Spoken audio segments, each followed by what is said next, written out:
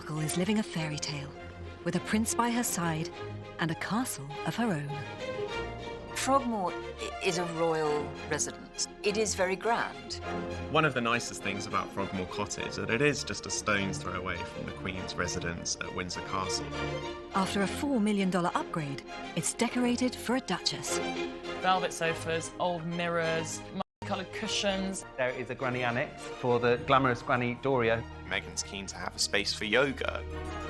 Life as a princess may be privileged, The butlers, the chauffeurs, The cleaners, the cooks. it's all very Downton-esque. but Meghan's every move is in the public eye. Probably the most difficult part of marrying into the royal family would be the fact that there's no privacy. I think I'd find it quite difficult having people around you the whole time. So she needs her palace to be a private sanctuary. It's countryside, it's private, it's secluded. It has a wall built around the property. They can literally throw open their doors and windows, be totally free, totally private. And now baby makes 3. It's going to be a much smaller, intimate household in which they want to bring up their baby. We know that they're going for a grey in the nurse, which I think is actually very chic.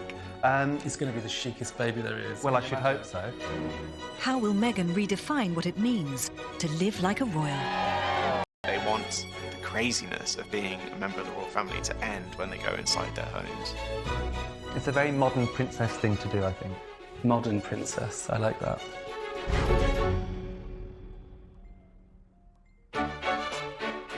Marrying a royal has given Meghan Markle access to one of the world's most famous real estate portfolios. As the current reigning monarch, the Queen's actually one of the biggest property tycoons in the country. The Queen has a property empire worth billions. Everything from cottages, castles, palaces, all up and down the country. Windsor, Sandringham, Holyrood House, Clarence House. And Mahal. Buckingham Palace. Balmoral, Frogmore Cottage. Kensington Palace. There's a very sumptuous palace in the middle of London. With so many properties, the Queen has plenty of space to house her family. After Meghan and Harry said "I do," she needed to find them a palatial pad. It's long been tradition in the royal family for newlyweds to receive a home to start their new royal family life. The Queen is also being very practical. They need somewhere to live that is secure, that affords them the life that they would like to live, that gives them enough private space while also recognising that they are royal. She doesn't sit there sort of with a monopoly board. What is it that you would like? Where would you like to be living? Then she looks to see what's available. When we got married, we didn't quite receive a house, did we? Maybe a toaster. A small sausage dog for our wedding present. The Queen's youngest son, Edward, and wife Sophie got lucky with their wedding gift in 1999. They live in one of the Queen's most splendid houses. A Victorian Gothic mansion with 57 rooms set in 87 acres.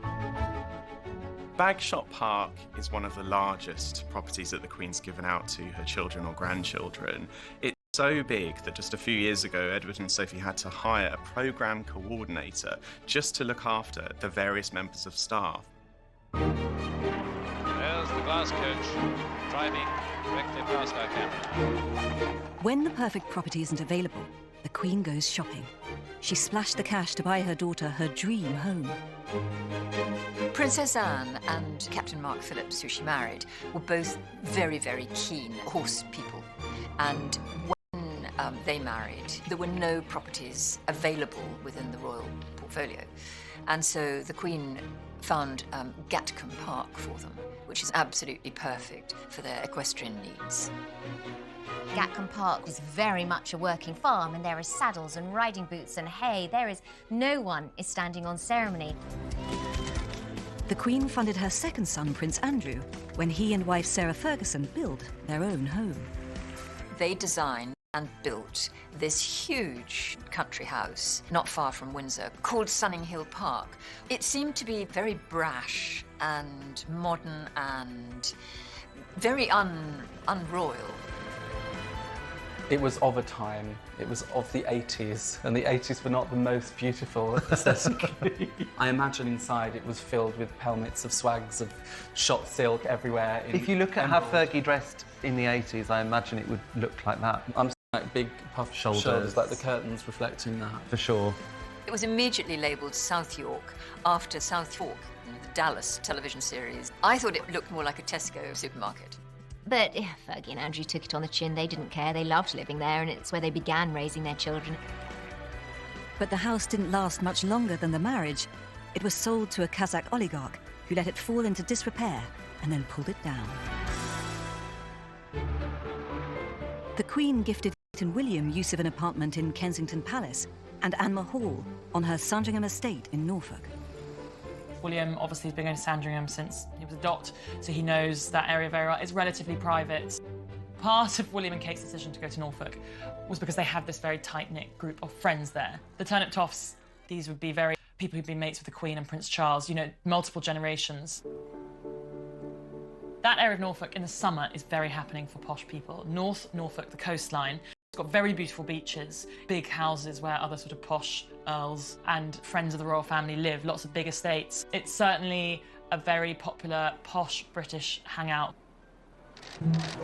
With so many homes already gifted, what was left for Meghan and Harry?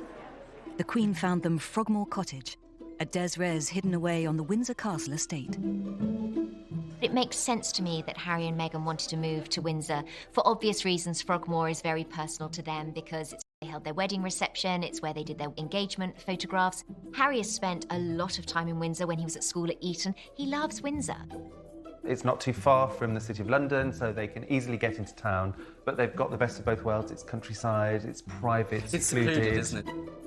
Frogmore itself has this fantastic history. Victoria adored it. That's where she wanted Albert to be buried. And all sorts of fascinating people have lived at Frogmore Cottage, including Abdul Karim, who was Victoria's favourite Indian servant. And they used to curry together. They used to talk about India together. They had this incredibly intimate friendship. One of the nicest things about Frogmore Cottage is that it is just a stone's throw away from the Queen's residence at Windsor Castle. You're not far away from the Long Walk, and from there it's straight up to Windsor Castle itself. And I think for the Queen, having one of her favourite grandchildren nearby is quite a nice little luxury. You know, I'm sure that would have gone through her mind when she gave Frogmore Cottage to Harry and Meghan.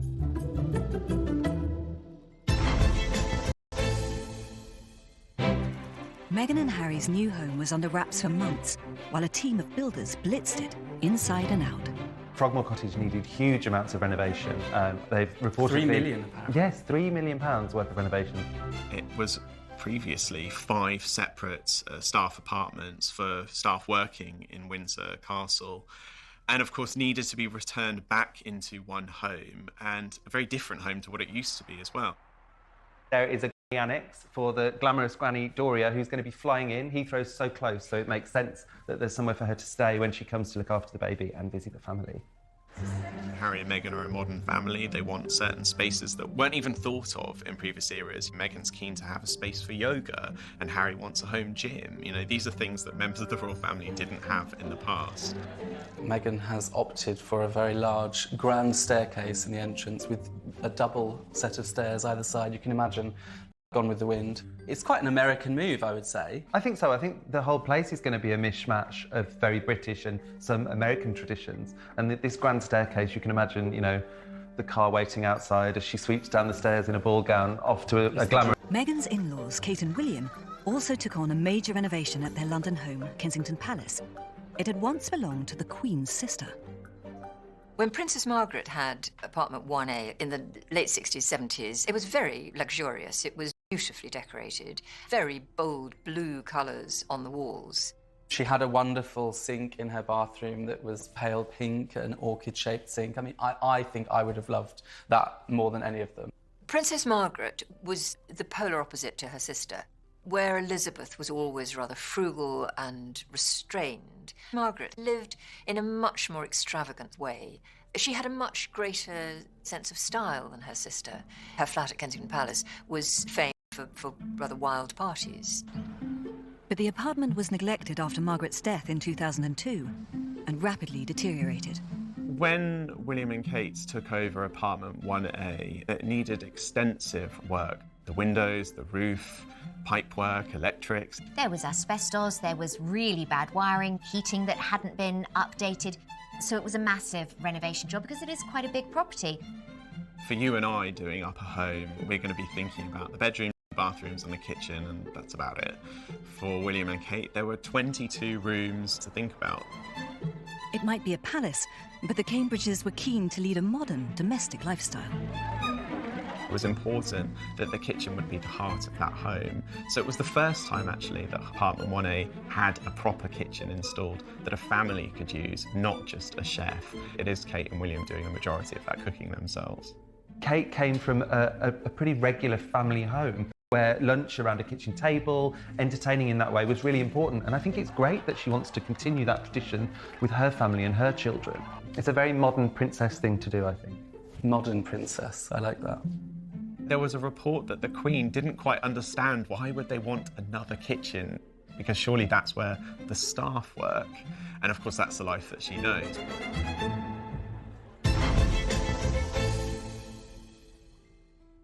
Although the royals spent $4 million on the renovation of Meghan's home and around $1.3 million on Kate's, the Queen likes to be frugal when it comes to her own homes.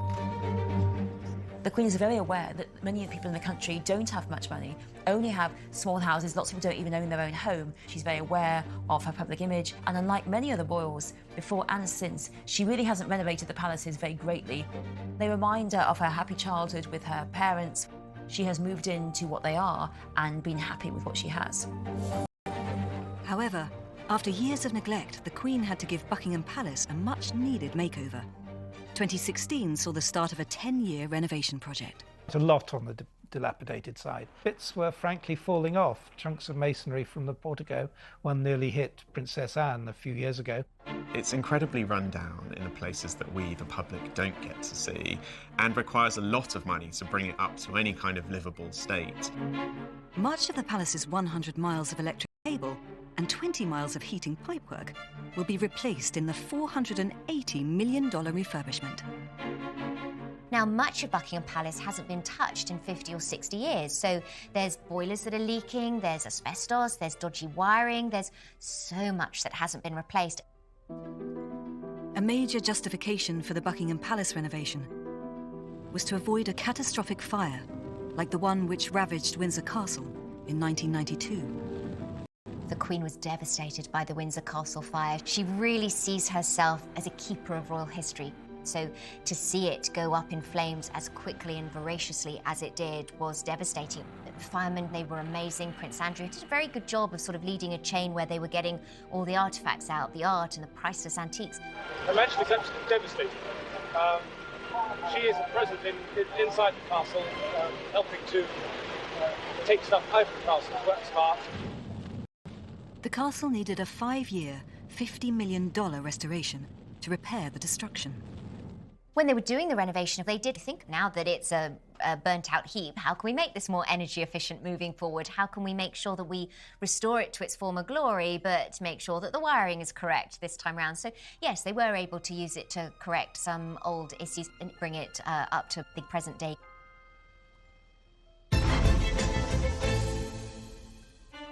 As a future Queen Consort, the Duchess of Cambridge has to combine royal heritage, contemporary style, and the needs of 3 young children in her home.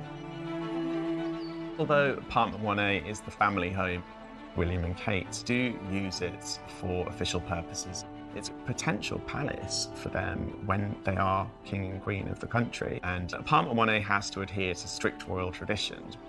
Whilst it's their home, it also needs to perform those formal functions, and it's mixing that traditional with the modern vibes.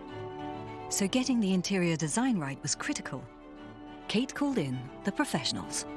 I knew that Ben Pentreath was helping Kate. He is very traditional, he likes gilt, and he puts things around fireplaces. Posh people are obsessed with fireplaces and mantelpieces, and then they have these sort of seats that you can sit on around fireplaces. Ben Pentreath is perhaps the perfect designer for this space because he naturally, instinctively mixes the traditional and the modern. He uses touches of colour that bring a space into a more contemporary setting, and he... Bernard Thorpe received the Royal Seal of Approval when Kate visited to pick out fabrics. When they've got a new client, interior designers will come to us. They'll probably have an idea in their mind of the look they're trying to achieve. We'll help them to pull out those things that we think they're looking for, and then they'll usually come back with their clients who probably want to see larger pieces of the samples they liked. I love the fact that Kate was very hands-on when it came to the interior design of the apartment. She actually went shopping for the house and she took part in the whole process. It would be very easy to sit back and have things presented to you, but it doesn't have your personality. I think to have something that really means something to you, you need to have chosen it yourself, to put the hard work in. We eventually got a glimpse of William and Kate's taste in April 2016. When they invited the Obamas over when they were visiting the UK, we got to see their formal living room. People were very excited. All the newspapers were zooming in on various parts of the official photograph. My first impression of the Barack and Will picture was actually that it was quite traditional. But when you start to break it down and look in more detail, you can see those modern touches. It's very gorgeous, and the fashion at the moment is for elephant's breath and buttermilk and magnolia. The curtains are a little bit too long, which I love. It's quite casual and relaxed. Yeah. They're obviously a sort of natural fabric. There's some texture there. It just is a nod to a slightly more casual. The loosening of the tie, if you like. Yes. I was lucky enough to go inside apartment 1A. I've had a lot to take in. Got George coming down the stairs in his pyjamas to say hello to Barack and Michelle. And of course, Kate and William. The place itself is very impressive. It's very formal, a lot of artwork on the walls. The juxtaposition of the lucite table with the demi-lune behind, gold gilt demi-lune no less, is just showing very stark contrast between the old and the new. We've seen Kate shopping in places like John Lewis and very sort of, I guess, normal everyday department stores in the UK. And you can see touches of that around the home. I think it's a little bit older than perhaps what we'd expect for a couple in their 30s. Kate and William are a relatively young couple, so I expected their apartment to reflect that a bit more, but instead we saw something which you sort of expect in Buckingham Palace, which might have been a room that had looked the same for sort of 200 years. I just thought there might have been a more relaxed vibe to it, and there wasn't. But then on the other hand, they do need to have a certain level of grandeur in these rooms, but I think there's a way of doing grandeur and not making it look quite so sort of 18th century. Meghan and Harry are known to have more contemporary tastes and want a cooler vibe for Frogmore Cottage. Meghan has a more relaxed style than Kate's, fewer dead relics on the walls perhaps, more contemporary art. Harry and Meghan, I think, are creating more of a kind of hotel vibe. Got a glimpse inside Meghan's home in Toronto, and she clearly loved white furnishings. It was all very clean, fairly monochromatic. It was cosy still, but she loved big white flowers. Everything was kind of white. And actually there's a flower seller outside St Mary's Church on Kensington High Street, and Meghan regularly buys flowers from her, and she said she always buys white flowers. Harry and Meghan's first date was at an outpost of Soho House, Dean Street Townhouse. So they, since the very beginning, have been big fans of this chain. Makes sense that they've hung out there. It's very fashionable, lots of celebrities and members. And then we know now that Vicky Charles, who was the group design director for Soho House for 20 years, has been designing Frogmore Cottage. And so it's really her vision. If you go to a Soho House, it's quite shabby chic. Velvet sofas, old mirrors, sort of multicoloured cushions, log stoves. The interiors there are all about atmosphere and creating somewhere that is really safe and comfortable and elegant. And I think we're going to see a lot of that translated into Frogmore. I think there's going to be lots of warm layers and textures, and perhaps some colour as well. And this modern style even extends to baby Sussex's nursery. They're actually using a vegan organic paint, which is scented with rosemary and eucalyptus. We know that they're going for a grey in the nursery, which I think is actually very chic. It's going to be the chicest baby there is. Well, I should hope so. For Meghan and Harry, Frogmore Cottage is an idyllic escape from Kensington Palace, where they first set up home together. The palace is in the centre of London and surrounded by onlookers.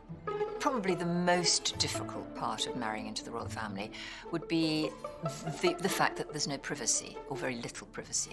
The governess of the Queen said when the Queen was a child, royals are only private in the womb. Kensington Palace also houses multiple generations of royals. It's essentially an upmarket housing estate full of Windsors. Margaret was there, Princess Margaret, the Duke and Duchess of Kent, the Duke and Duchess of Gloucester, Prince and Princess Michael of Kent. And now we've got a new generation, William and Kate and their 3 children, George, Charlotte and Louis. They now occupy apartment 1A. Eugenie and Jack, they live in Ivy Cottage. Harry and Meghan were living at Nottingham Cottage. It's a lovely, cosy 2-bedroom cottage. Of course, it's where Harry famously proposed to Meghan. The palace was William and Harry's childhood home. Their mother Diana moved there in 1981, along with many of her staff and their families.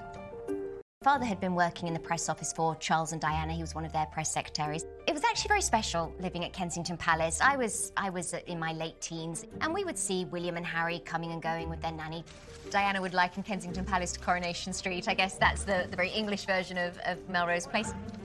Kensington Palace is filled, stuffed with all the royals, all living together. I can't imagine living with my in-laws in that way. It would be crammed in the same space, aren't they? It must be Crammed like sounds mean, but there's a lot of room, but you're right on top of each other. Yeah.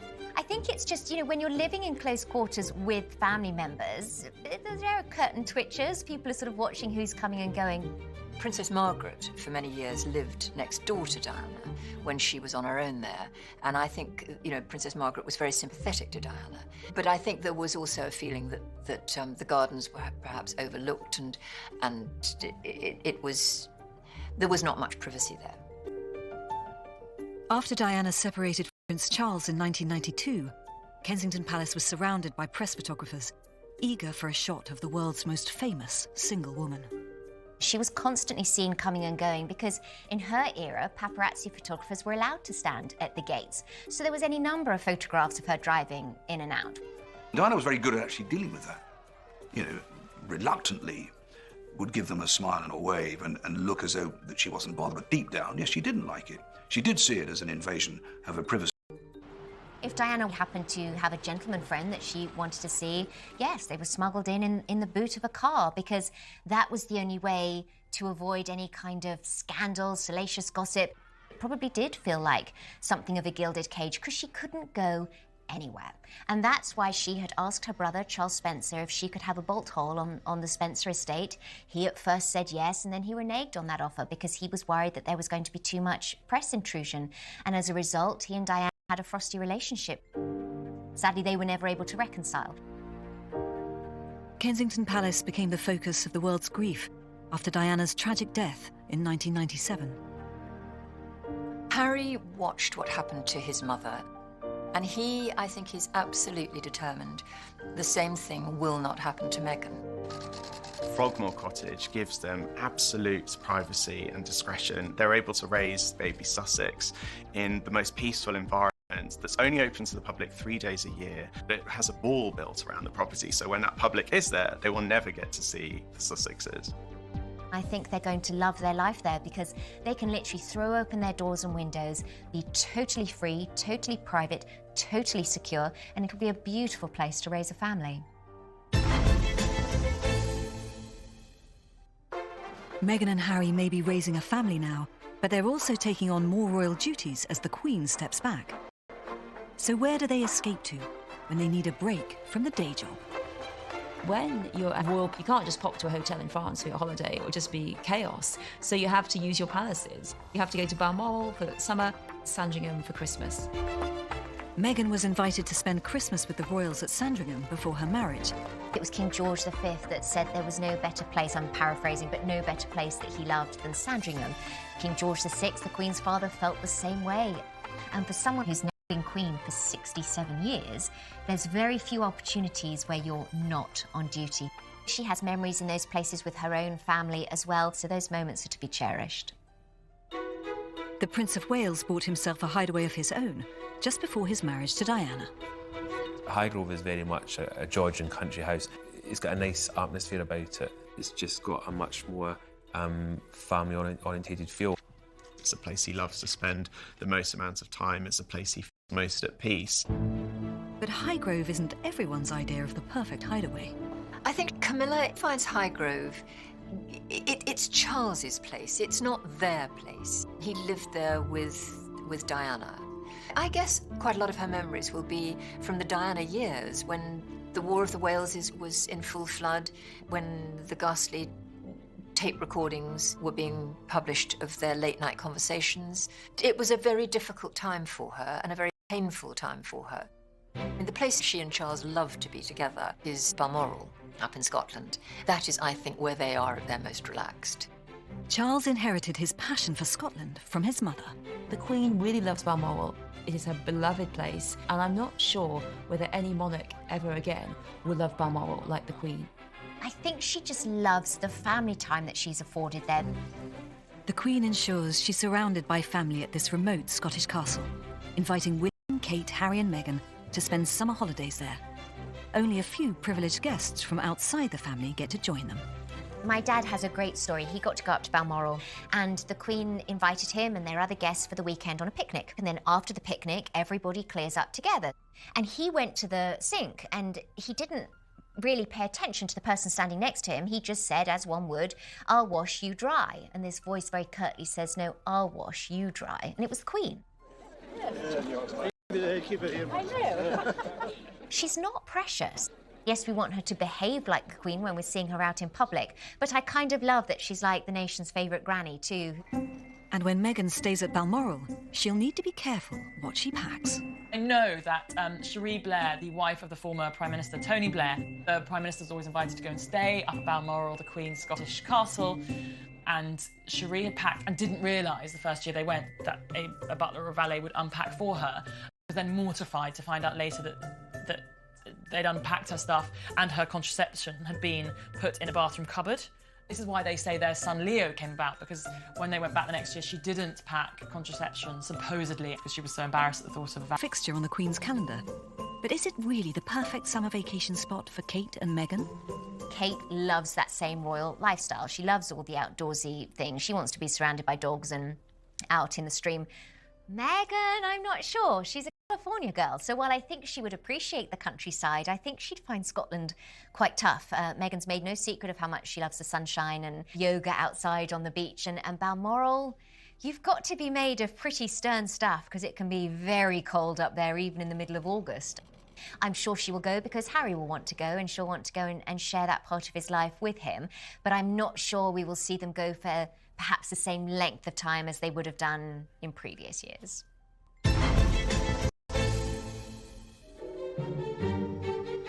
Meghan and Harry will be spending a lot of time at Buckingham Palace. They have a suite of rooms there to house their support staff and provide them with a London crash pad. The palace is also the Queen's office and needs a cavalry of staff to keep the wheels rolling. There is a difference between the Queen and the younger royals in terms of servants. So essentially, the Queen has the biggest staff. Not only is Buckingham Palace the hugest residence, but also her needs in terms of events, her political work. There is still a huge amount of state visits to her, so the staff necessarily has to be very large. There's 450 Buckingham Palace staff working just on the private residences there, and that's not including the spaces that are open to the public or to any of the kind of garden spaces. It's a very busy palace, from the footmen, the private secretaries, the butlers, the chauffeurs, the cleaners, the cooks, the office staff, PR, the housemaids, the housekeeper. It's all very Downton-esque. The royals have jobs done for them that we don't.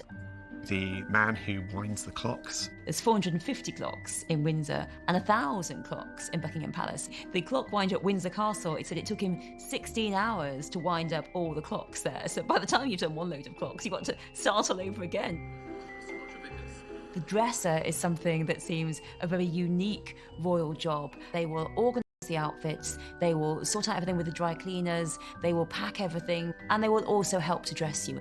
The Queen's relationships with her dressers is incredible, and there's a brilliant story that one time 2 of her dressers were arguing so much that she came down to the servants' quarters to bed down because she just didn't want to interrupt, because they're both so important to her. She didn't want to interrupt and get in the middle of the fight. The Queen has her own shoe breaker in her, and why not? She has a lot of walking to do. They are custom-made shoes. The shoe breaker in her takes them and walks around Buckingham Palace until they are the perfect level of softness for the Queen to wear. Some of the traditional jobs at the palace might seem rather eccentric to a modern-day princess. For the Queen at Buckingham Palace, things are a little different. She has a piper, a bagpiper, that plays for her every morning without fail. She loves the sound of the bagpipes, and for her, that's the perfect way to start the day. The royal footmen have the key job of looking after the royal corgis, and sometimes they are a bit resentful that they don't get to serve the actual royals, because the corgis have a lot of needs. Fresh chicken, fresh meat, cooked for them freshly, put in their bowls and their baskets and off the ground so they don't get drafts. And some footmen in the past have been a little bit frustrated by this. When Meghan's at the palace, every royal servant she comes into contact with is governed by a strict code of conduct. The house is packed full of people. You're really supposed to try and be as inobtrusive as possible because you cannot bump into a royal. So it's not an equal sharing of the house. It is the royal's house. And so if they are trying to get somewhere, you need to get out of the way. And that's the way it works. And all staff are sworn to secrecy. It's the fear that even the most trusted servant might one day sell his soul. And your story, your innermost secrets, will be splashed across the front page of a newspaper. There have been royal members of staff who've gone on to a degree of fame, notoriety, to a degree of financial reward.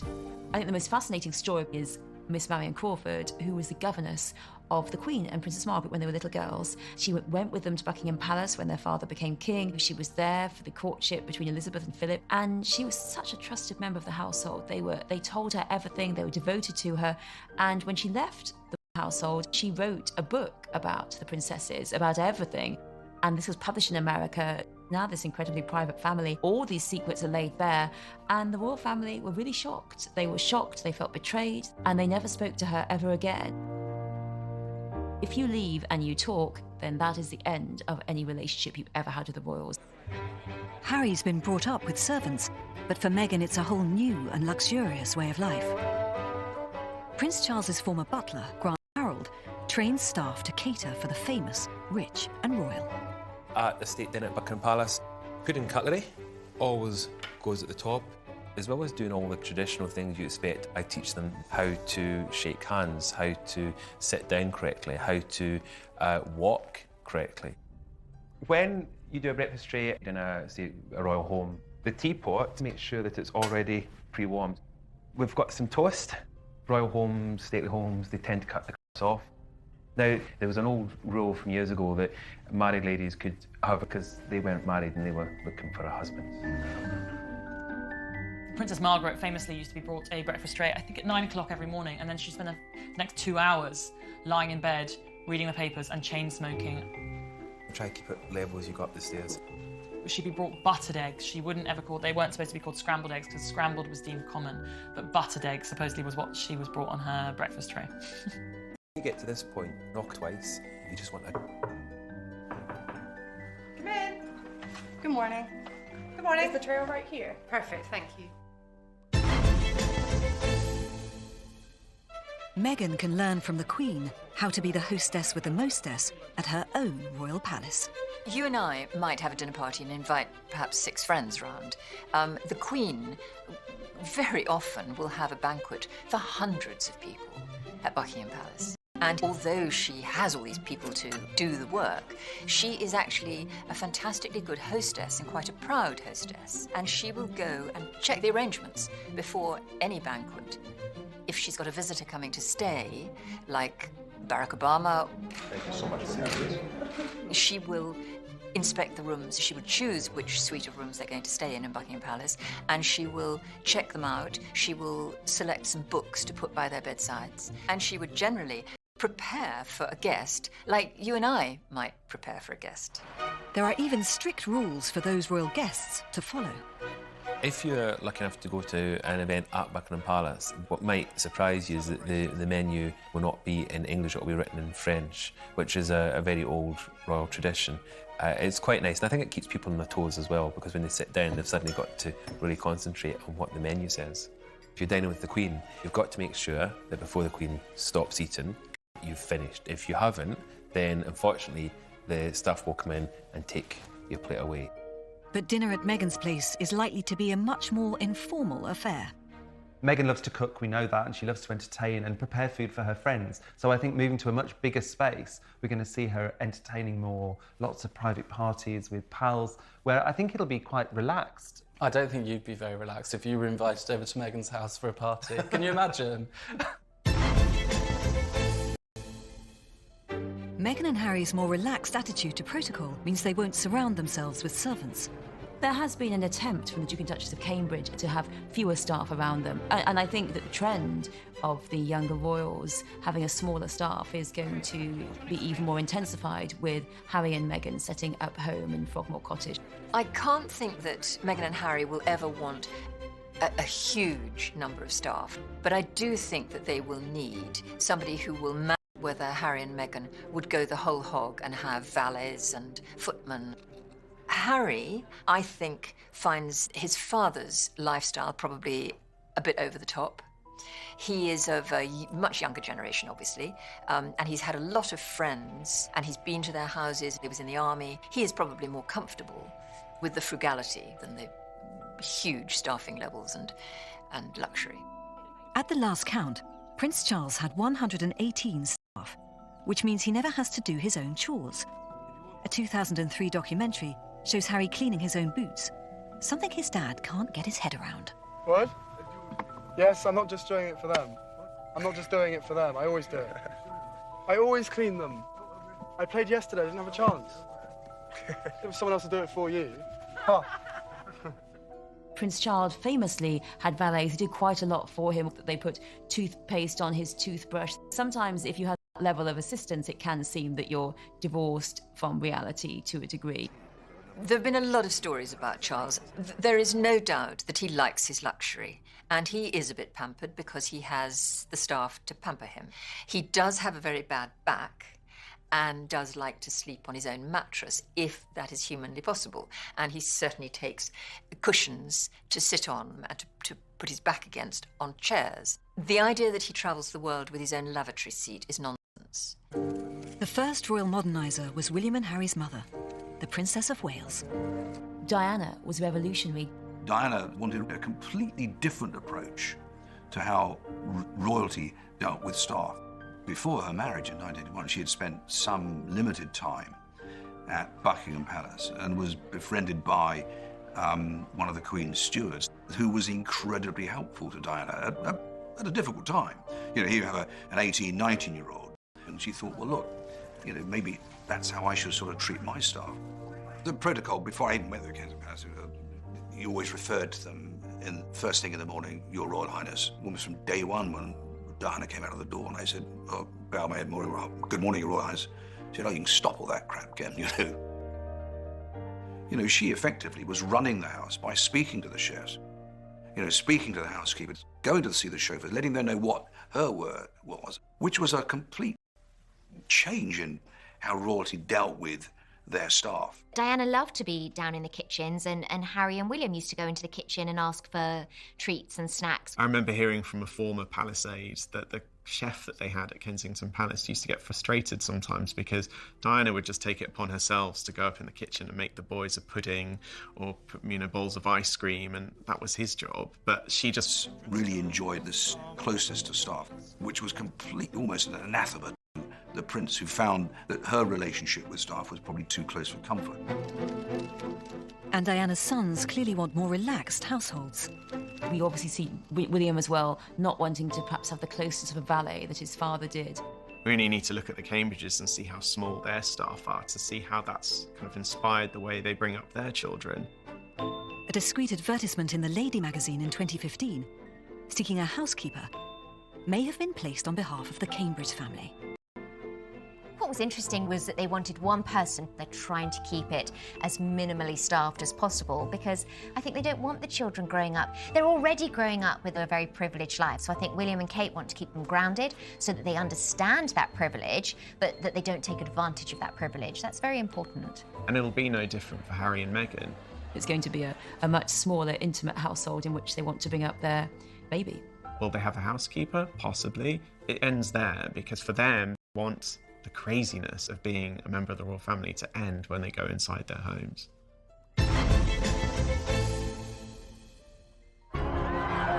As they step onto the international stage, Harry and Meghan will have to balance two extremes: family life and royal life.